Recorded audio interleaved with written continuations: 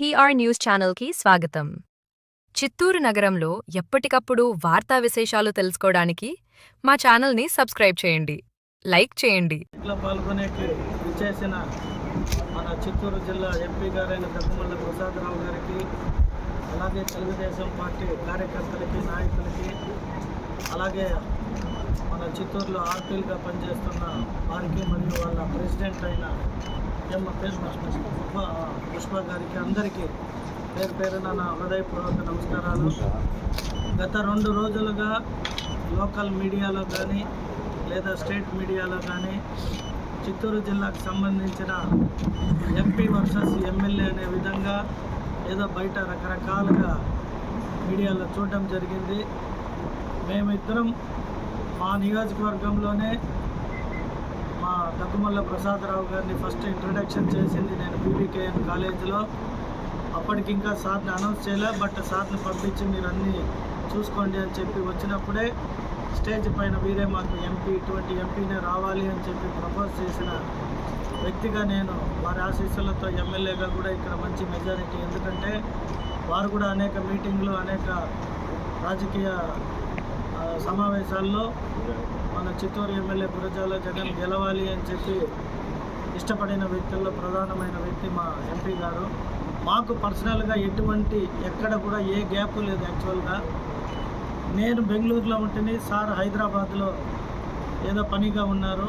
ఆ సందర్భంలో ఎక్కడ సమైక్యకి సంబంధించిన ఫైనాన్స్ మ్యాటర్లో ఒక చిన్న పార్టీ, అదేమి ఎక్కడ కూడా డబ్బులు కట్టమని ఎవరిని పోయినా కూడా చిన్న చిన్న ఘర్షణలు లేదా ఈరోజు లేదా రేపు అనే విధంగా కొన్ని సందర్భాలు వస్తాయి.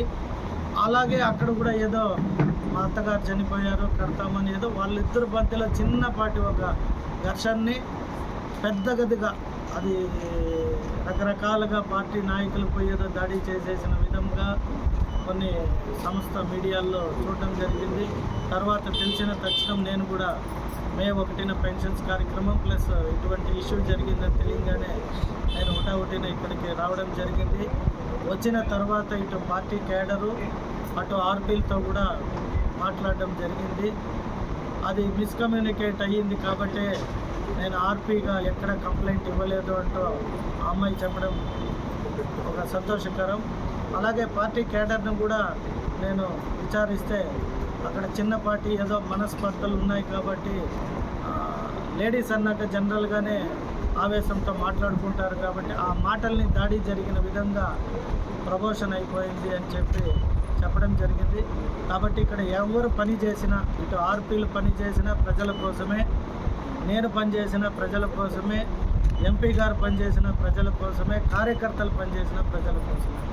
కానీ ఇటువంటి పనులు జరిగేటప్పుడు ఎక్కడో చిన్నపాటి జరుగుతాయి. అది ఇంత ఎక్స్పోజ్ కాకూడదు, బట్ అది టైం బ్యాడ్ అనుకోవచ్చు, లేదా మేమిద్దరం లేని సమయం కాబట్టి ఇంకెవరైనా అడ్వాంటేజ్ తీసుకోవడానికి ఇతరులు ప్రోత్సాహంతో కొన్ని మిస్కమ్యూనికేట్ అయ్యి మాధ్యమాల్లో అనేక రకాల వార్తలు రావడం జరిగింది.